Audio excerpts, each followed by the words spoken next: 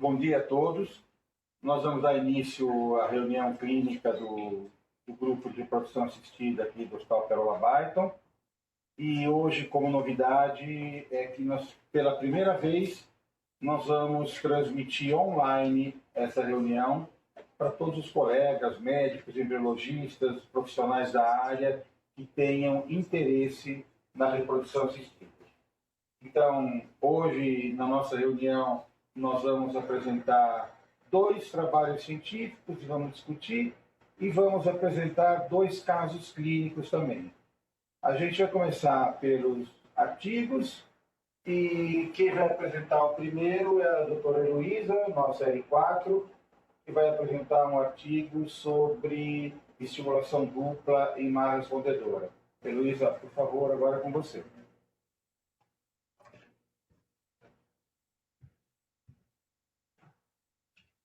Bom dia a todos, meu nome é Heloísa, eu sou residente de reprodução humana aqui do Pérola Barton. E o artigo que a gente vai discutir hoje é o do STIM usando coripolitropina alfa em pacientes má respondedoras segundo os critérios de Bolonha. É uma série de casos, são 54 pacientes avaliadas. É um estudo dinamarquês no início de 2019. Bom, ele começa falando que a definição de má respondedora em PIV é atualmente definida pelos critérios de Bolonha. Consiste na presença de pelo menos 2 dos 3 critérios descritos.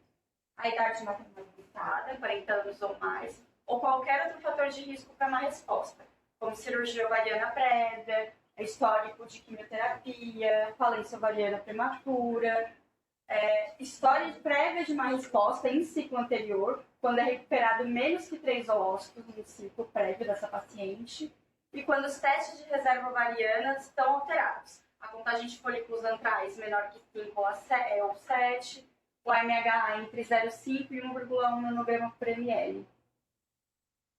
Bom, Sunkara, em 2011, falou que o efeito estimado em se coletar 3 oócitos comparado a 2 oócitos seria um aumento relativo de 25% na taxa de nascidos vivos.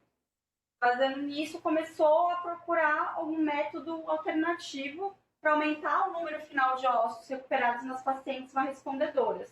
E aí apareceu o do STIM, que foi desenvolvido a partir de modificações do protocolo Xangai, realizando uma combinação entre estímulos na fase folicular e na fase lútea. As possíveis vantagens do STIM: tem mais ósseos recuperados em um pequeno período de tempo, aumenta as chances de transferência embrionária, há um menor tempo até o nascido vivo e um menor número de ciclos cancelados. O Baldi e colaboradores em 2016 relatou a mesma taxa de blastocistos euploides quando comparado a embriões de fase folicular e de fase lútea. O acúmulo de embriões resultaria em menores taxas de cancelamento do ciclo. O objetivo do estudo eles falam que este é o primeiro estudo a analisar os desfechos reprodutivos de más respondedoras submetidas ao protocolo do STIM utilizando a coripolitropina alfa, que é o Elomba. Materiais e métodos é uma série de casos avaliados retrospectivamente em uma clínica de fertilidade pública da Dinamarca entre agosto de 2015 e março de 2018. Apenas os pacientes que completaram os 2 ciclos, fase folicular e fase lútea, e preenchiam os critérios de Bolonha foram incluídas no estudo. O primeiro ciclo, ele iniciou a primeira estimulação ovariana. Era iniciada sempre no 2º ou 3º dia do ciclo e era aplicado o Elomba 150 mg. O antagonista era fixo, ele iniciava sempre no 5º dia do estímulo, com 0,25. Eles não especificaram qual antagonista foi utilizado e permanecia até o dia do trigger. No 6º dia do estímulo, iniciava uma dose diária de FSH entre 300 a 375 unidades, isso variava do perfil da paciente. Para pacientes com mais de 35 anos, eles usavam FSH mais LH, então era usado Pergoveris ou Menopur, e para pacientes com menos de 35 anos, era usado FSH isolado, o Gonal ou Benfola. Quando 1 a 3 folículos tinham mais que 17 milímetros, era realizado o trigger com serelina 0,5 e a aspiração era realizada 36 horas após. O segundo ciclo era sempre iniciado 4 dias após a aspiração do primeiro ciclo. O mesmo protocolo medicamentoso do primeiro estímulo era utilizado no segundo. Todas as pacientes do estudo tiveram sangramento no segundo estímulo, e caso o primeiro estímulo não tivesse resultado em nenhum ósseo recuperado, no segundo o trigger era feito com HCG 10.000 unidades. A fertilização era realizada em FIV clássica ou ICSI, a depender da paciente. Apenas os embriões de boa qualidade eram vitrificados e, como boa qualidade, eles definiram que embriões em D3 tinham que ter no mínimo 7 blastômeros e blastos tinham que ser grau 3A ou 3B no mínimo. Só que, em 2016, teve mudanças laboratoriais e, a partir de então, eles começaram a congelar só blasto. Não tinha mais em D3, embriões em D3 vitrificados. Os resultados. Um N de 54 pacientes. A idade média dessas pacientes era de 36,7 anos.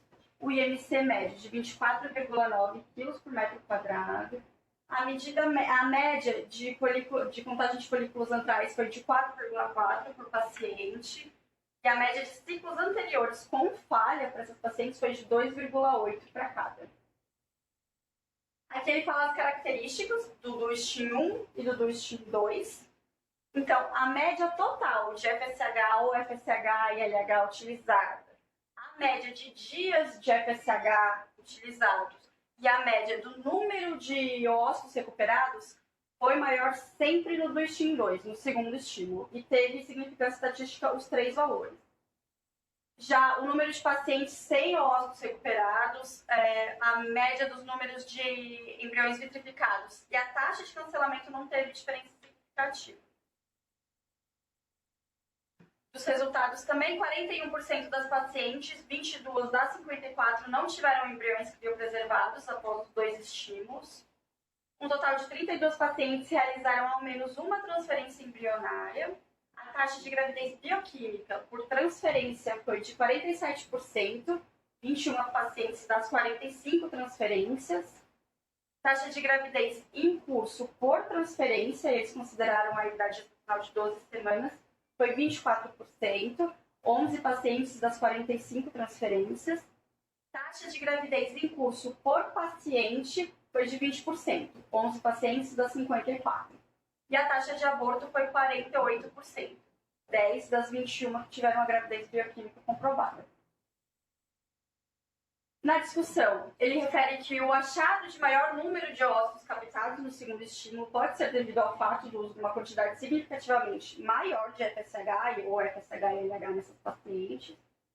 O uso do Elonva, ele é mais facilmente aceito pelos pacientes, porque é uma picada única, é uma injeção única que dura 6 dias, né? Então, elas aceitam mais fácil, sendo um protocolo menos custoso para elas. Uma das grandes limitações do estudo foi o fato de vitrificar embriões em estágio de clivagem, porque a taxa de implantação de embriões em D3 é menor que a de blastos. A taxa de implantação de D3 foi de 25%, 4 de 16, versus 42% dos blastos. Foi 16 de 38 blastos.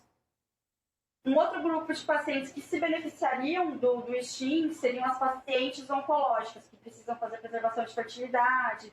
Na maioria das vezes elas não têm tempo hábil para conseguir fazer ciclos separados, aguardar, elas precisariam de algo mais imediato, e elas se beneficiariam disso. Na conclusão, a estimulação na fase lútea resulta em maior número de ócitos em massas respondedoras comparado à estimulação na fase folicular, e o do STIM, com o uso da corifolitropinas alfa e doses individualizadas de FSH, parece ter uma alternativa válida ao estímulo convencional nas pacientes com uma resposta, diminuindo o risco de cancelamento do ciclo. É isso.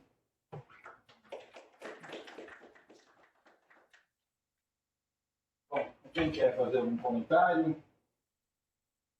O Duostin, né, essa estimulação dupla, ela vem... Quem começou com isso foi o chinês de Xangai, tanto que é conhecido como protocolo de Xangai. E depois houve alterações e mudanças nesse protocolo. Atualmente tem gente que utiliza rotineiramente na má resposta. Esse trabalho é feito com a corifolitropinas alfa, né, com Elonva. Até o esquema de utilização do Elonva é diferente do preconizado pela indústria, porque o preconizado é você usar o Elonva e a partir do 8º dia você entra com o FSH ou HMG, caso seja necessário. Aqui eles já entram no 6º dia diretamente. E eles até falam que é melhor porque a paciente não fica tomando injeções diariamente, mas na verdade, com esse esquema, são apenas 3 dias que ela deixa de tomar injeção. Porque no 5º dia ela já entra com antagonista, no 6º já entra com FSH, quer dizer, não tem muita vantagem nesse sentido. E outra coisa interessante que é essa história, né, da estimulação na fase lútea, quando isso começou, o random start, sempre houve uma preocupação, será que esses ócitos vão ter qualidade, vão fertilizar e vão dar origem a embriões de qualidade satisfatória? Isso não tem mais o que discutir. Então, o ócito da fase lútea, o embrião resultante de um ócito, de uma estimulação na fase lútea, tem o mesmo potencial de implantação do que o ócito de uma estimulação convencional na fase folicular. E esse trabalho é um trabalho que tem uma casuística relativamente pequena, ele fazem confusão, o laboratório mudou, antigamente era em fase de clivagem, agora é tudo blastocisto, então... Uma das coisas que me chamou a atenção desse trabalho, bem importante, é que você tem 40% de pacientes que não tiveram nem transferência. Nem transferência, Mas é o que a gente espera nessas más respondedoras. Sim, mas se você faz um ciclo fresco, você deve transferir embrião, nem que seja T3, tem que fazer, é melhor do que a primeira coisa vai ver com o científico. Segundo, a partir do momento que você já prepara o paciente e dá a medicação para congelar, não tem muito o que fazer. Então, assim, 40% de pool de pacientes é muito grande. A única coisa que eu tenho quanto a esse protocolo é o seguinte: para paciente que tem neoplasia e que não vai transferir de qualquer forma, é perfeito. Você ganha tempo, estimula mais rápido e não tem o gap justamente de esperar menstruar para recomeçar a ciclo. Então, para as pacientes que têm uma urgência em guardar o máximo possível de óvulos, ou que seja, embriões, para mim é o esquema perfeito. A única coisa é que quando a gente traz isso para uma realidade Brasil, onde existe um custo econômico a cada congelamento, você acaba fazendo 2 ciclos em que você obrigatoriamente vai ter que congelar os 2 ciclos dos embriões dessa paciente. Então, é um estímulo que acaba subindo o final custo da paciente. Então, assim, eu tenho um certo receio para as pacientes que não têm problemática quanto a tempo. Não, mas é que a gente espera uma resposta melhor no estímulo sequencial. Eu não vejo isso como uma realidade. Você percebe que o segundo estímulo não é tão melhor que o primeiro. Então, minha pergunta é, será que não valeria fazer um estímulo, transferir? A paciente não tem o custo, porque hoje em dia se questiona muito o freeze-all. A não ser que as pacientes tenham uma resposta, um estrogênio mais elevado, ou seja, uma resposta suprafisiológica, não se questiona freeze-all, mas uma resposta mais restrita, doutor Mário, eu tenho, do ponto de vista econômico, eu não sei se isso é um benefício para o paciente, eu tenho minhas dúvidas. Mas é sempre assim. Agora, a paciente também, se você estimular uma vez, transferir, ela não engravidar, você vai estimular de novo para transferir de novo, também vai ter custo. Isso... Mas eu não tenho custo de congelamento, doutor Mário. É tão importante o custo de congelamento que eu estava até agora... Algumas clínicas cobram, se você transfere a fresco, é uma coisa, se você congela, é um custo a mais. E você descongela, tem custo adicional. Não, sem dúvida. Então, eu tenho só esta do ponto de vista prático, do dia a dia, porque quer não, os meios de medicação, tudo isso são caros. Então, eu tenho algumas questões dessas. Eu tenho feito bastante do estímulo. você tem feito bastante do Uma das coisas que eu faço é que eu não uso antagonista porque encarece muito.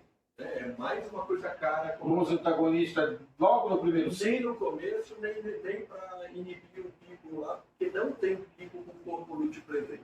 Né? Eu não uso nada. Então, na segunda fase, sim. Eu até questiono Isso. o uso do antagonista no segundo No estímulo. segundo estímulo. Porque Isso. você tem progesterona alta, você Perfeito. tem fase lútea, então Você barateia muito. você vai bater. Mas e no primeiro estímulo? Você não usa No antagonista? primeiro uso. No primeiro? Mas perfeito. Tá no segundo. eu No não segundo, uso. tá. E ela também tem que estar preparada assim. Já se gasta um pouco mais de medicação, porque é duro, você estende mais. Você Até estende. você definir os folículos, o que é folículo, o que é convolútil estimulado de novo, que ele cresce, é complicado. Então isso vai um pouquinho para frente. E eu não tenho visto tanto resposta melhor do que na primeira vez, não. Né? Isso não é tão claro, não. Talvez, para quem tem a premência de tempo, eu estou ganhando como acúmulo. Agora, para quem quer fazer a rotina, não estou conseguindo ver essa vantagem toda ainda. Talvez fique muito mais caro. Aqui talvez seja o local para a gente fazer estudos mais... baratear o custo não usando antagonista, fazer mais vezes para a gente ver realmente o resultado final. Né? E a fertilização em si dos óvulos, que eu tenho feito quando é para fazer isso, eu tenho feito para acumular óvulo. Então, assim, eu congelo o óvulo do primeiro ciclo, congelo o óvulo dos 15, por exemplo, e os que eu já descongelei fertilizaram bem, fertilizaram a mais. Mas por que não congela embrião? Aí é mais caro, você vai pagar 2 ICSIs. Na clínica privada, você vai pagar a ICSI nos primeiros óvulos, a ICSI nos segundos óvulos, enquanto eu junto os óvulos e faço uma ICSI só na frente, entendeu? E aí sim, a gente vai ajustando para custar menos para o nosso paciente que tem que desenvolver. Aqui não, aqui a gente pode talvez estar fazendo, mas a gente, vale a pena a gente pensar em economia. Né? Não, vale a pena, Kika. O que eu estava conversando com as meninas era, de repente, para o ano que vem, instituir como protocolo de uma respondedora o duostim. Isso vai encarecer muito ou não? Não, eu acho que não. Na verdade, o que a gente tem, o que encarece é o meio de vitrificação. E é um meio caro. Quem sabe que é um meio caro. Então, assim, o volume de vitrificação que você vai ter vai aumentar. Se faltar, a gente tenta alguma coisa que eu sempre Não estudo. tem problema, mas como eu falei, eu acho que só existe essa Mas dá para fazer. Para começar, instituir com um protocolo. Tem que fazer alguma coisa. Aí, uma respondedora, você vê os resultados. Ainda coloca o resultado final de 20%, eu acho, né? Por ciclo, por quê? Por paciente? Transferência. Meu Deus do céu. Então, Ele não é um resultado bom. Olha lá, 20 taxa de gravidez em curso Por transferência. Até um E tem por paciente, que a gente a taxa de gravidez em curso de 20% é por transferência. Não, é por paciente. 24 A por transferência é e por 24%. paciente 20. Tá, quase igual. Mas ainda é alto isso para má respondedora, porque em má respondedora normalmente nós temos 10% de gravidez em evolução. Os resultados são muito ruins. Claro. Enfim. E taxa de aborto altíssimo também. Metade aborto. Enfim. Bom, a gente vai pegar mais experiência com estimulação dupla. Uma ideia boa para economizar medicação, isso que o Jonatas falou, de não usar antagonista no segundo estímulo, eu acho que é viável. No segundo estímulo, dificilmente você vai ter pico. Alegal, tem mais um item aqui que você acabou de falar, que aqui no hospital nós temos 10% de gravidez ongoing. E nesse trabalho é a mesma coisa, porque a taxa de gravidez em curso 20%, mas ela tem 50% de taxa de abortamento. Então em casa é 10%. É isso? Não, ele já está separado. Acho que já foi separado, Aaron. Já está separado. Não, ela tem das gravidez... Taxa de aborto, 10 em 21. É na bioquímica. Exatamente, é tudo. Não é, ele está dizendo 20 aí. Que eu acho muito alta, 20 para má respondedora. Mas enfim. Não, é 10%. Não, é das 21. É das 21, mas não das 30. É das 21. Se você der, só 32 fizeram transferência no Canadá. Eu já não me Esse dia 45 pacientes, das 41, das 45, 21 engravidaram. Das 21, 11 levaram gravidez e 10. E 10 a voltar, não é? E aí levaram 48%. gravidez aí até 12 semanas. Sim, Sabe? não se sabe. Não se sabe o resto também. Nascido vivo, não tem esse dado.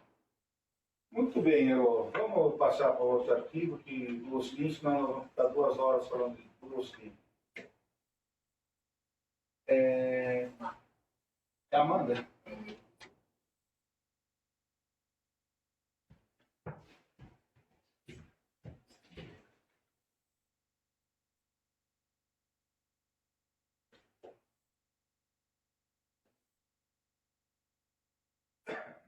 Bom dia, meu nome é Amanda, eu sou estagiária aqui do setor de reprodução humana do Penola Bairro e hoje eu vou apresentar um artigo que tem como título O papel do prognóstico do teste pré-implantacional para neoploidia em ciclos de fertilização para preservação da fertilidade.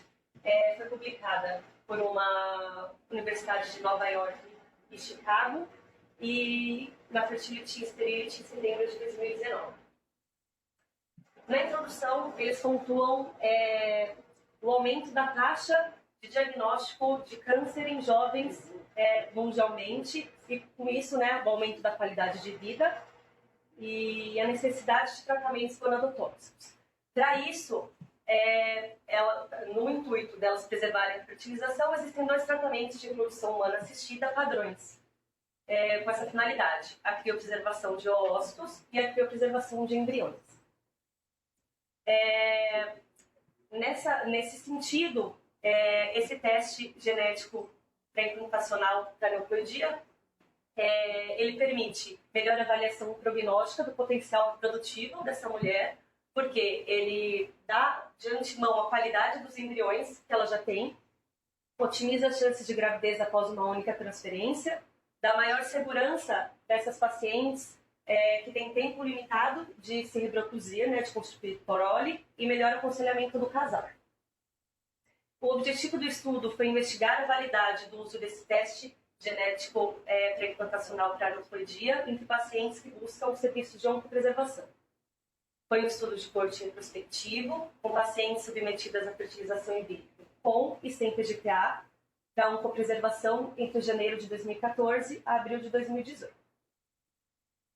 Os resultados. Eles analisaram, então, 58 ciclos de 51 pacientes, 34 ciclos as pacientes optaram pelo PGTA e 24 ciclos não optaram pelo PGTA.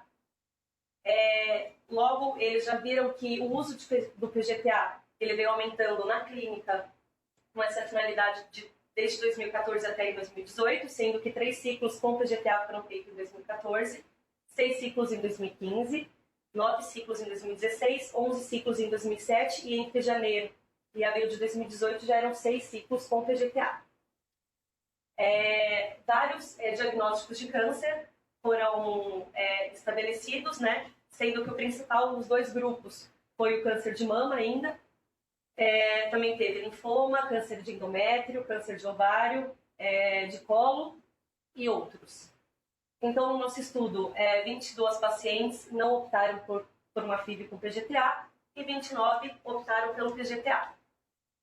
Nos resultados, não houve diferença entre as várias características do ciclo entre esses 2 grupos. Por exemplo, os dias de estimulação foram de mais ou menos 11 dias dos 2 grupos.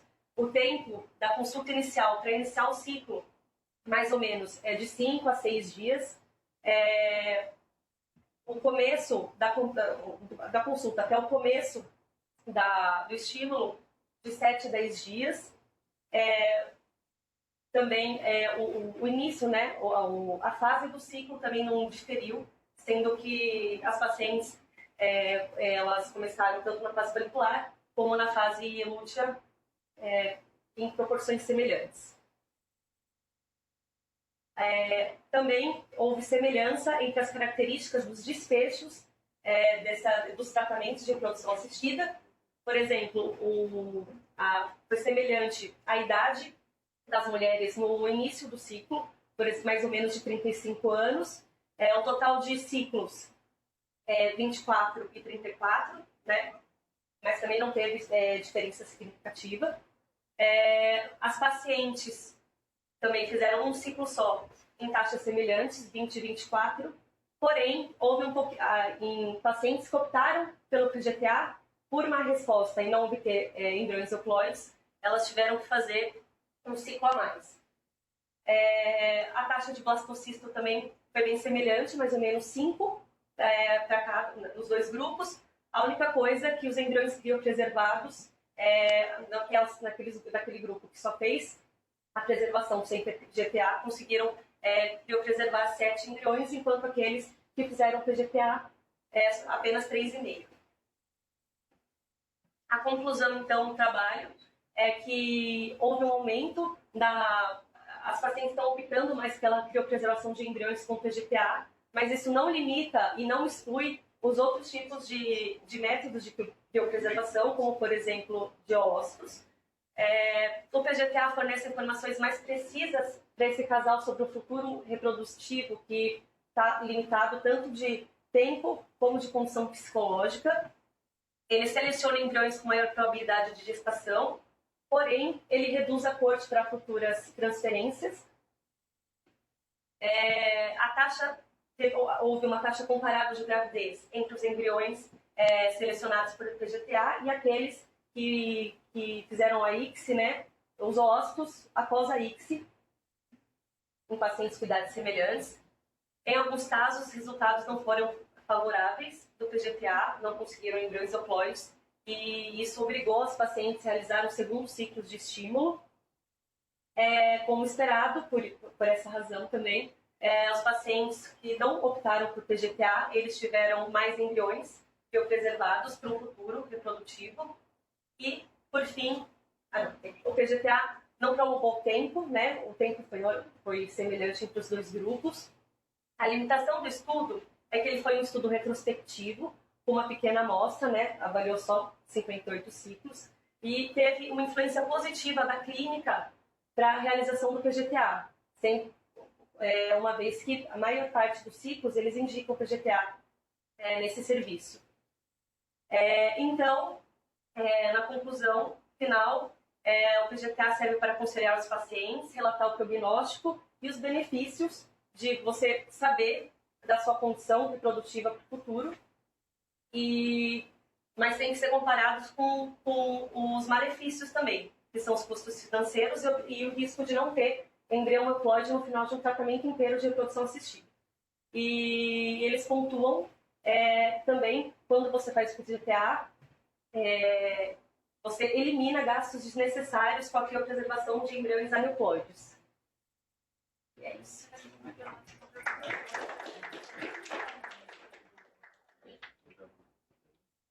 Amanda, você gostou desse trabalho? Mais ou menos. Mais ou menos, eu não gostei. Bom, em primeiro lugar, aqui nós estamos falando em preservação oncológica da fertilidade. Eles já estão falando em congelar embrião.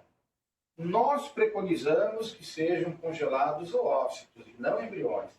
Os embriões são congelados aqui no nosso serviço, aqueles casos que a gente discute com vocês, que a paciente responde muito mal, ela vai ter poucos oócitos, e ela tem um relacionamento estável já há muito tempo, porque essas pacientes se separam. Elas se separam. O prognóstico até da doença oncológica pode ser desfavorável, não dá para excluir uma situação como essa. Então, inclusive nas recomendações da SOGESP, que nós fizemos ano passado, nós recomendamos que sejam congelados oócitos e não embriões. Ainda que você vai congelar embrião e ainda por cima você vai fazer PGTA. PGTA que é um teste genético para as aneuploidias, é um teste que aqui o nosso grupo não morre de amores pelo PGTA, né? Todos nós sabemos disso. Então as indicações são ótimo, só que tem indicação muito precisa, e quem mais precisa de PGTA é quem acaba não fazendo, que são as mulheres mais velhas, que respondem mal, então você não vai ter número de ovos nem de embriões para fazer PGTA. Então, como conclusão, eu não gostei desse trabalho, mas não sei. Kika, Jonathan, Giba... Eu acho que eles colocam no trabalho o PGTA como uma metodologia de avaliação de qualidade embrionária estabelecida. Então na verdade, eles estão querendo colocar o PGTA como uma metodologia de avaliação de qualidade, mas é uma coisa invasiva, um falso positivo e falso negativo. Tem uma coisa que está mais do que provável que não é o método ideal para qualidade. E o resultado final, tanto a sociedade americana quanto a europeia, dizem que diminui de 20% a 30% da taxa de gravidez daquele casal que você jogou o PGTA como escolha de melhor embrião. Então, vou pegar uma paciente oncológica, pode perder o mínimo possível de chance, tá certo? Então, o óvulo é melhor até no sentido de que nós fizemos no Einstein uma vez 16 congelamentos de mulheres casadas por oncologia. Na época, a gente estava lá ainda. Só que naquela época, o congelamento era complicado, uma coisa toda. Mas o que saiu do resultado no final foi que das 16 pacientes casadas, 11 se separaram depois do tratamento. Exatamente. Aí você congelou o embrião dessa mulher, desse casal, gastou PGTA e o embrião não é mais representativo de nenhum dos dois. Entendeu? Então, assim, congelar óvulo é a primeira coisa. Fazer embrião e congelar embrião já é uma dúvida. Ainda colocar PGTA em cima como um custo, eu acho que é realmente... Completamente... Aqui é só para completar, né? Para dizer, nos bastidores três coisinhas, muito rapidamente. Da comunicação Sogésp, eu fui voto vencido. Eu não queria que nem colocasse como sugestão para o ginecologista congelar embrião, porque eu acho que é um problemaço congelar embrião. Mas a gente colocou a ênfase que é óvulo e embrião não. Então, número 1, né, a nossa opinião, número 1. Número 2, que eu acho que tem que parar para pensar, e é o que eu realmente acredito na preservação oncológica da fertilidade, né? É que talvez, pode até parecer cosmético, mas eu acho que o que é mais válido e o que é mais importante na preservação oncológica é a paciente ter uma esperança de poder engravidar depois, né? Pelo menos deixar para ela essa esperança. Isso parece que tem muita literatura dizendo que pode melhorar a qualidade de vida dela, pode melhorar, até prolongar a vida. Quer dizer, é você ter um sentimento positivo em alguma coisa que está se cortando drasticamente, que é uma menina com menos de 40 anos ter que fazer, né, um câncer de mama, isso muda. Então, e você, dessa forma, você acaba, se ela não tiver embrião euploide, acabando totalmente com essa esperança dela e, na minha opinião, tirando das principais coisas que tem na preservação oncológica, que é manter uma esperança. Todo mundo, na hora que vai dormir, se não consegue dormir, pensa numa coisa boa e consegue dormir. Imagina essas pacientes nessa situação. E para terminar, né, que eu queria corroborar o Jonatas e o Mário, né, por que a gente não morre de amores pelo PGTA? Número 1, porque está mudando. O mundo inteiro está estudando PGTA sem biópsia, né? Até agora, tudo é com biópsia e que isso pode prejudicar. E número 2, se vocês pararem para pensar, o PGTA é um dos poucos testes na medicina que não tem um grupo, que não tem um controle. Você tem o resultado de um laboratório que diz que é afetado, qual é o próximo passo? É desprezar esse embrião, não é reestudar. É diferente, você tem um exame de HIV positivo, você tem como continuar, você tem como chegar aos falsos positivos. O PGTA não, né? Então, para quem tem um número maior de embriões e que pode perder, ou quadros muito específicos de alteração genética no casal, ou idade avançada, abortos habituais, eu acho que cabe. Mas aqui realmente, e é por gente de grife, né? Tá em grifo aí embaixo. Então, é um trabalho a ser ouvido, é um trabalho a ser estudado, e a gente repensar dessa forma. Então, é isso que eu acho. Não, o serviço é ótimo, os autores são ótimos e o trabalho é uma porcaria. Mário, Tá? não dá para checar. Não dá para checar aquele que você veio normal, teoricamente, talvez não seja. Mas no inverso, a gente vê nos trabalhos, embriões que são biopsiados, teoricamente, vão aí para uma avaliação completa, não por um grupo de células do próprio plasma, você vê resultados muito diferentes daqueles da primeira biópsia. Isso é um problemaço. Então, isso é um grande problema. O que acontece? Te falo uma outra, que é entre linhas. Um grande problema da avaliação do PGTA, por que é disparo isso? Você conversando no bastidor com o pessoal da genética. De repente, tem clínicas que tem uma incidência de embriões aneuploides muito maior do que outras, Mosaico muito maior. considerando a mesma faixa etária. Por quê? Esse é o problema de Tubin. Tá? Então, o que acontece? É só problema. No grupo de células colocado no ambiente, dentro do blastocisto, ela tem sinalização, uma divisão coordenada. A hora que ela sai desse ambiente, são células, teoricamente, durante o tubo inviáveis, elas começam naquele momento, ter alterações de divisão celular e mudam no tubing. Então, este é um grande problema. Então, não tem muito jeito. E outra, embrião euploide não é também gestação garantida. De gravidez. Então, tem que deixar muito claro, porque muitos pacientes acham que a solução do problema delas é que elas têm que fazer o PGTA para elas engravidarem. Porque o PGTA é a solução dos problemas por gravidez. E não é bem assim. Olha, Você tem que deixar muito claro. Só para completar duas coisas. Os trabalhos da literatura são clássicos. Quando você compara taxa de gravidez ongoing, o ciclo iniciado, com ou sem PGTA é igual. O Jonas está até levantando uma dúvida, ele até foi numa discussão americana, que é quais serviços que põe isso em dúvida, que não é que é igual, pode até ser um pouquinho pior, né? Número 1. E número 2, infelizmente, Mário, eu grifo, né? Isso é mundial, né? Eu aqui, sei lá, eu estou discutindo com uma paciente do Canadá, 34 anos, que fez uma FIV no Canadá. Ela teve 6 blastocistos e indicaram PGTA não sei por que, para os 6. Ela teve 1 normal e 5 anormais, e o normal ela não engravidou. Falei, e agora? Falou, olha, número 1, se você vier aqui tratar comigo no Brasil, não vai ter PGTA. Né? Aí ela entende, ela fala, claro, e aí você começa a criticar não, de uma forma construtiva, não faz sentido uma paciente de 34 anos, de 6 embriões, cariótipo normal, 5 alterados. Quer dizer, então entra no que a Kika falou do detalhe do laboratório. Tem um monte de dúvidas, né? E que a gente não pode expor aos nossos pacientes essas dúvidas. Né? Aquela história do trabalho do Gleicher mostrando que as taxas de nascimento com fertilização assistida diminuíram em 2016 em relação a 2002, 2003.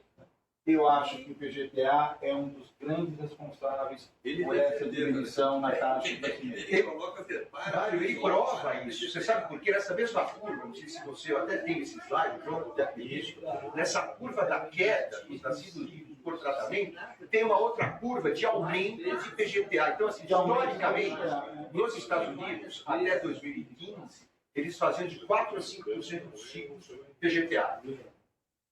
Houve um pico, e eu acho que estamos nesse pico, de 25% de todos os ciclos nos Estados Unidos passaram a fazer PGTA. Então, ele compara esse pico de PGTA com a queda de nascidos vivos em tratamentos mundiais.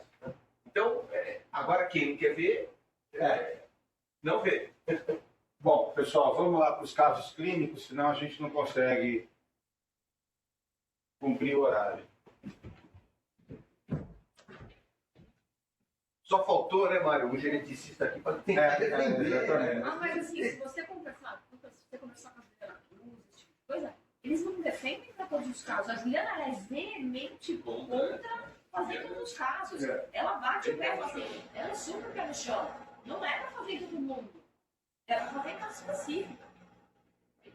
Bom dia, meu nome é Stephanie, sou estagiária aqui da reprodução, vou apresentar um caso clínico nosso aqui. Então, é um casal de 30 e 34 anos, com uma infertilidade primária há 7 anos, ela sem comorbidade, e ele com hipogonadismo e hipogonadotrópico já diagnosticado em novo serviço, estava em uso de testosterona de reposição intramuscular. Na consulta inicial, a gente pediu cariótipo, serologias hormonais do casal, ultrassom transvaginal, estrossalpingografia e espermograma, e já encaminhamos ele ao andrologista. Então, ele trouxe nessa consulta um relatório do outro serviço, que já havia sido descartado a mutação do GNRH e a síndrome de Down. De exame clínico, ele tinha testículos de tamanhos normais, uma varicocele grau 1 à esquerda. Os exames hormonais e sorologias ainda estavam em andamento. E aí, já pensando em preparar ele para o estímulo da da esposa, foi suspenso a testosterona e iniciado o HCG 2.000 unidades 3 vezes por semana e o Clomid 50 mg por dia por um período que seria definido aí de 4 a 12 semanas. E estava aguardando o espermograma, então ia fazer 4 semanas de HCG e retornar com espermograma. No retorno, o espermograma estava azospérmico, a parte hormonal não tinha nada que chamava muita atenção, foi mantido o HCG por mais 4 semanas e solicitado um novo espermograma na tentativa de congelamento seminal. Aí no retorno, a gente conseguiu 2 amostras com intervalos de 3 dias, uma concentração de 1 milhão por ml com rádios móveis. E aqui ele já trouxe os exames, tinha uma testosterona aumentada, foi mantido o HCG por mais 8 semanas, que a paciente começaria o estímulo logo no final desse período. Aí a esposa começou no 3º dia do ciclo menstrual. Ela tinha uma contagem de folículos antrais de 7 folículos no total, um endométrio de 5 milímetros, foi iniciado 200 unidades de Puregon diária e o retorno no 6º dia de estímulo. No 6º dia ela já tinha um endométrio trilaminar com 10 milímetros de espessura, com alguns folículos maiores já. Aqui a gente faz, não é o diâmetro médio, né? É o diâmetro, maior diâmetro. E foi iniciado, então, o Orgalutran e no nosso protocolo institucional substituído o Puregon por o Choriamon 2.000 unidades. 200 unidades. 200, desculpa. Ela retornou depois de 2 dias e aí a maioria dos folículos estavam maiores que 17 milímetros e fizemos o trigger com Choriamon 5.000 unidades, correspondendo ao 9º dia do estímulo dela.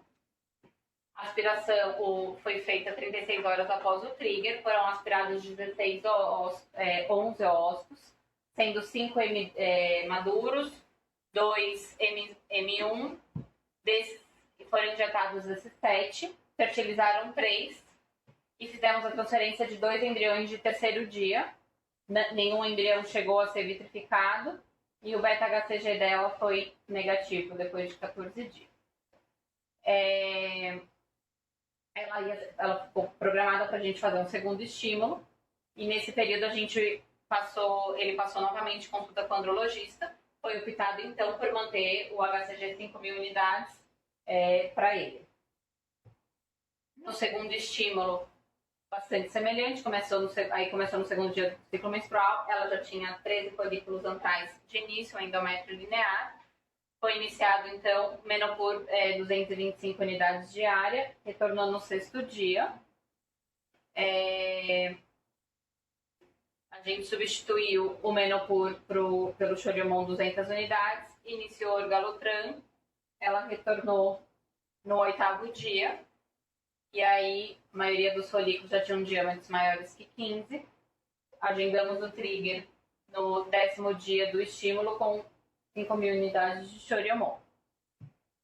Aspiração folicular 36 horas após, foram captados 17 ócitos, sendo 9 maduros, 2 M1s, foram injetados 11 ócitos, 3 fertilizaram. Transferência a fresco de 2 embriões em 3º dia, com beta-HCG positivo. Então, o primeiro beta-HCG dela foi de 905, 48 horas após ela repetiu, esse beta-HCG estava 2.333. Fizemos o primeiro ultrassom transvaginal com 5 semanas e 4 dias. Tinha um saco gestacional, embrião com batimento cardíaco. Repetimos esse ultrassom 15 dias após e gestação ongoing, demos alta ao pré-natal para ela. Para ele, depois do 2º estímulo, foi suspenso o HCG e iniciado a reposição de testosterona intramuscular a cada 21 dias. E ele recebeu alta para poder fazer o segmento do hipogonadismo dele no ambulatório de origem que ele já fazia. E teve nascido vivo essa foto do filhinho do casal. Ah, isso já é nascido? Já é nascido vivo. É a fotinha do que ele mandou para nós. Legal. E teve nascido vivo. É isso. Muito bem. O João Paladino, nosso andrologista, comenta esse caso. Algumas coisas chamam a atenção nesse caso.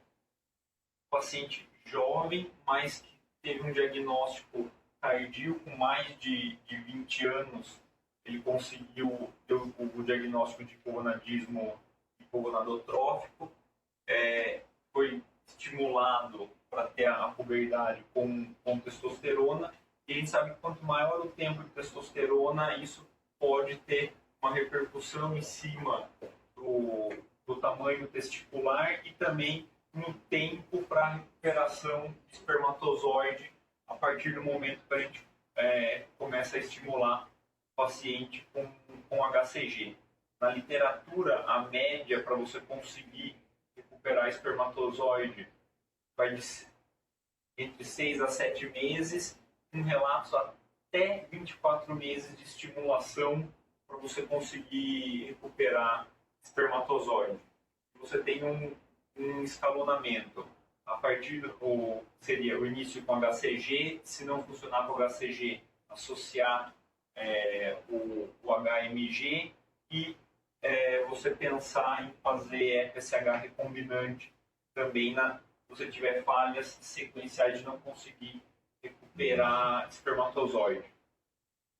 O uso do Clomid para paciente com hipogonadismo, hipogonadotrófico idiopático, ele é controverso, mas tem relatos de casos na literatura que colaboram com a utilização. Como é que a gente queria tentar acelerar ao máximo a recuperação de espermatozoide do paciente, também pela questão de custo e o paciente ter que vir até o serviço aplicar a medicação 3 vezes por semana, então foi a opção para tentar minimizar o tempo de estímulo e o paciente conseguiu ter sucesso na fertilização com 2 meses de estímulo. Ele já tinha recuperado o material não ejaculado e as 2 tentativas foram com material a fresco. Uma resposta excelente para a complexidade do caso.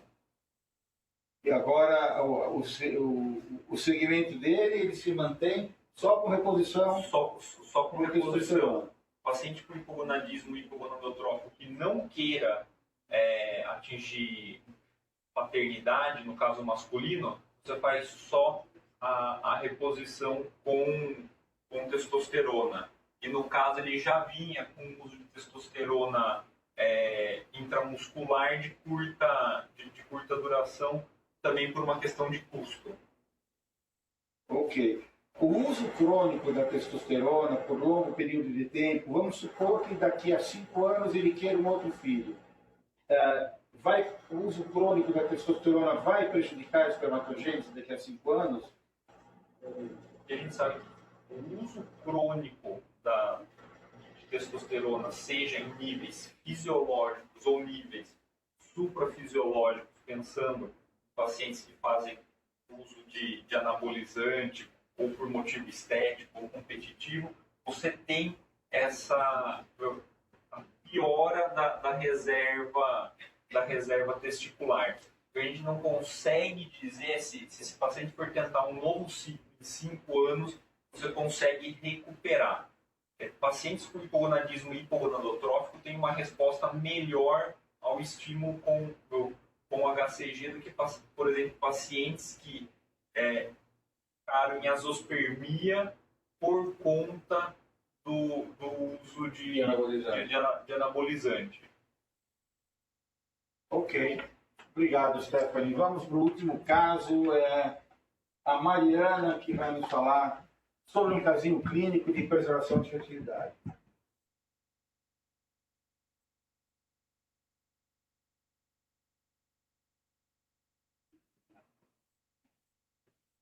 Bom, boa tarde, eu sou a Mariana, sou residente aqui da reprodução humana e eu vou apresentar um caso clínico que a gente recebeu de oncopreservação.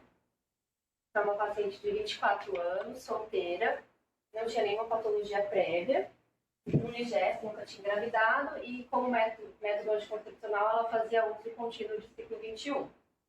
A DUM dela era 18 de maio, ela veio para a gente dia 27 de maio, no meio da cartela. E ela veio encaminhada para fazer preservação da fertilidade por um câncer papilífera de tireoide com metástase linfática. A gente sabe que é discutível e ela tinha indicação de iodoterapia. Isso é discutível na literatura, se a iodoterapia prejudica a reserva ovariana, mas ela veio com essa indicação do oncologista, ela queria e a gente optou por fazer. O protocolo que ela fez de estímulo ovariano, ela usou Menopur 300 unidades por dia. No 6º dia de estímulo, a gente colheu os exames hormonais, ela tinha um LH menor que 0,2, a progesterona estava 0,15 e o estradiol de 663. Ela parou aquilo e a gente já começou o estímulo dela. Tá? No 9º dia, a gente introduziu o orgalutran, 0,25 mg dia. E no 12º dia, ela tinha no ovário direito um total de uns 5 folículos maior que 18. E no ovário direito, e no ovário esquerdo, uns 2 folículos maior que 18. E aí, como protocolo para preservação, a gente fez o trigger com gonapeptide 0,2 mg. 36 horas após foi a aspiração folicular. E aí, no dia da aspiração, no ovário direito, a gente aspirou uns 7 folículos maiores que tinham, os previstos, mas veio função branca, não vinha nem osso, nem célula da granulose. E a gente optou por suspender a aspiração do outro ovário, né?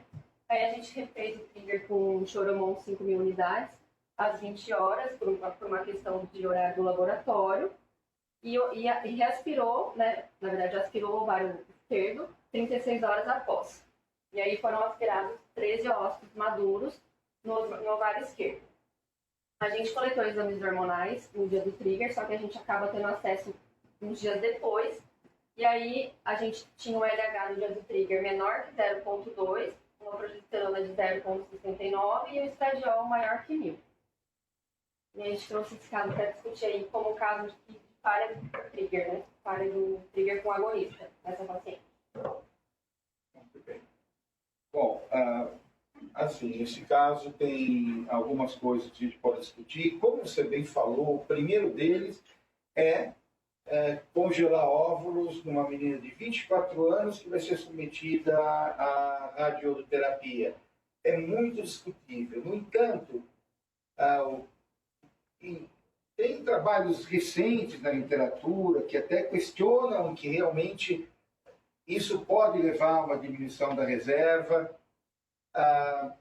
É controverso ainda, mas há trabalhos, tem 2 trabalhos muito importantes sobre isso, um da Turquia e um de Israel, dizendo que a iodoterapia vai afetar a reserva ovariana.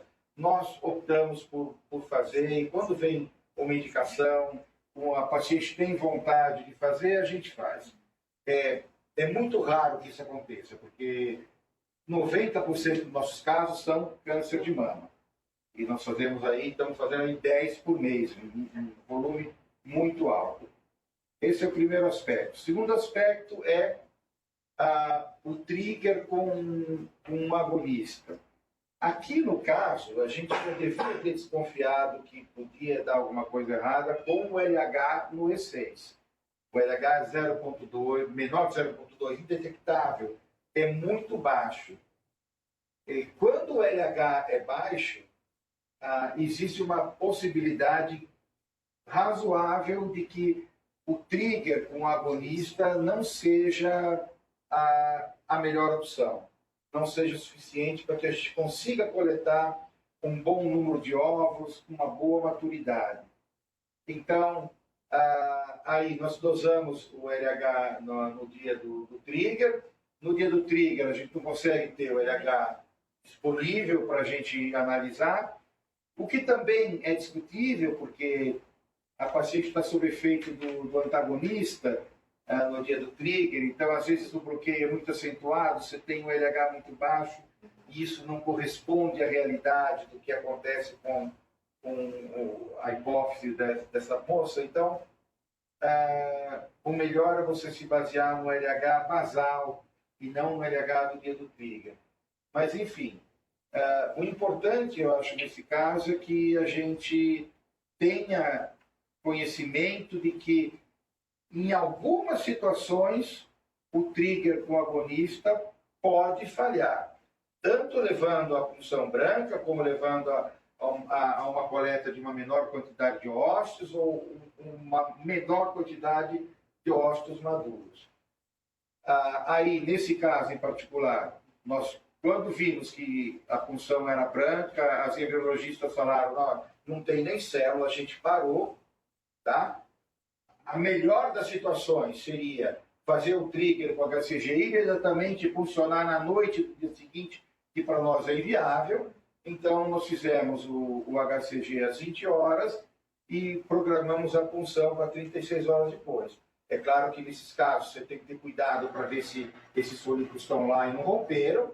Os folículos estavam lá e ainda foram aspirados 13 ócitos maduros, M2, o que é um resultado excelente para uma moça de 24 anos. Então, eu acho que é um caso que chama atenção principalmente para o trigger com o agonista. Alguém quer comentar? O que você sugere? O que é um LH baixo? O que é um LH baixo? Não no dia do trigger. Não no dia do trigger, o LH basal baixo. Desculpa, Mário, que desencadear a ovulação com agonista tem sido muito frequente. Cada vez mais, né? Quem faz dual steam, quem só quer transferir congelado, cada vez mais. E é uma loucura você, na hora H, ter essa situação. Né? Então, o que eu escuto é, por exemplo, pacientes que tomam pílula antes são pacientes de risco para isso acontecer. Pacientes que tomam pílula são pacientes não de podem alto tomar risco. pílula. Agora, além disso, como prever?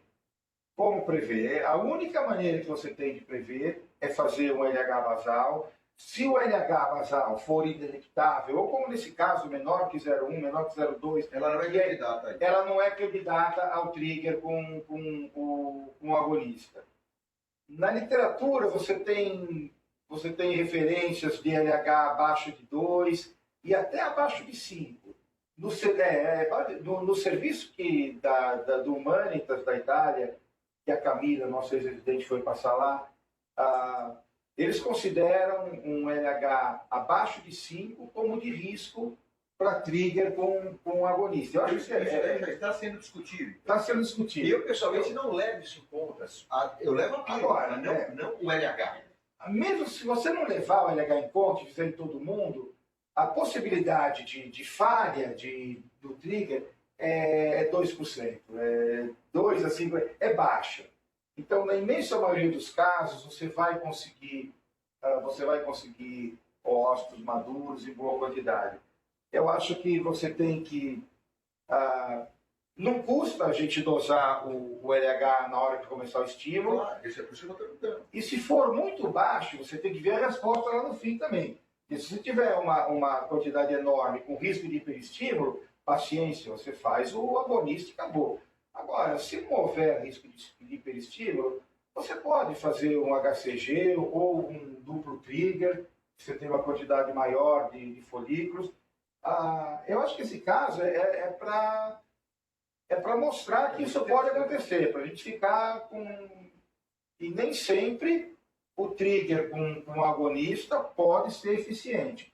Vai ser eficiente em 98% dos casos, mas nem sempre pode ser eficiente. Agora, então, esse LH baixo esse LH no início do estímulo, bom, não importa, mas tem que ser um LH na fase folicular. Não dá para pedir. Porque eu já estou pensando em, então, a partir de agora, quando eu peço sorologia, eu vou pedir um LH. Não custa, né? Mas tem que ser agora, não sei, porque se a paciente chega para você fora do ciclo, ela chega na fase lútea, você vai dosar o LH. O LH só vai estar alto realmente na hora do pico, ali, na fase periovulatória. Tanto na fase folicular inicial como na fase lútea, o LH vai estar baixo, vai estar em níveis basais. Eu acho que você pode analisar os níveis de LH tanto na fase folicular inicial como na fase lútea. Tem aquele período periovulatório que você vai ter um nível alto de LH, mas também o ideal seria o LH basal, que nem sempre você vai ter quando a paciente chega numa estimulação de urgência. Mas eu acho importante, pelo menos, eu acho que pelo menos passar essa dica, que ainda faz parte da propedêutica do casal infértil, você tem um FSH e um LH basal, além do LH, tudo bem. Além do LH. Você tem outras informações aí.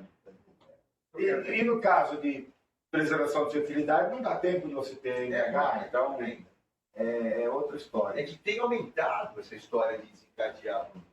Esse mês eu acho que eu só desencadeei com o agonista. Arthur, na recomendação SOGESP que nós fizemos, nós somos muito claros que o trigger tem que ser feito com um agonista, entende? Mas é uma situação... Bem, você colocou que são só 2%, né? É pouco, é baixo. É baixo. É de 2 a 5%. Esse caso cai na tua mão na clínica privada, é super complicado. É super complicado. É super complicado. Com a punção branca, nossa, é horrível. Ainda mais se dava para ser prevenido. Ainda mais se dava para prevenir. Né? Porque eu não queria LH, mas eu estava tomando pílula, porque então, é um caso legal para a gente ter... Doutor Mário, só fazer um comentário, não em relação à parte feminina, mas câncer de tireoide, que é feito iodoterapia em homem, você tem caso de azoospermia transitória, tá? Com um intervalo de até 2 anos para recuperar a espermatogênese. Então, no caso masculino, se tem indicação de iodoterapia e o paciente tem o desejo de manter a paternidade, de conseguir fertilidade, a indicação é de você fazer criopreservar sêmen. Caso masculino, também criopreservar sêmen é muito mais fácil. Né? Criopreservar óvulo, você tem um procedimento cirúrgico, exige estimulação vagiana, é muito mais agressivo. Então, a gente tem que ter um pouco mais de cuidado. Tem alguns colegas que fazem o iodo e não orientam o paciente que pode ter esse problema. Né? O paciente aparece pós-iodoterapia no consultório. A única coisa que você tem que fazer é esperar.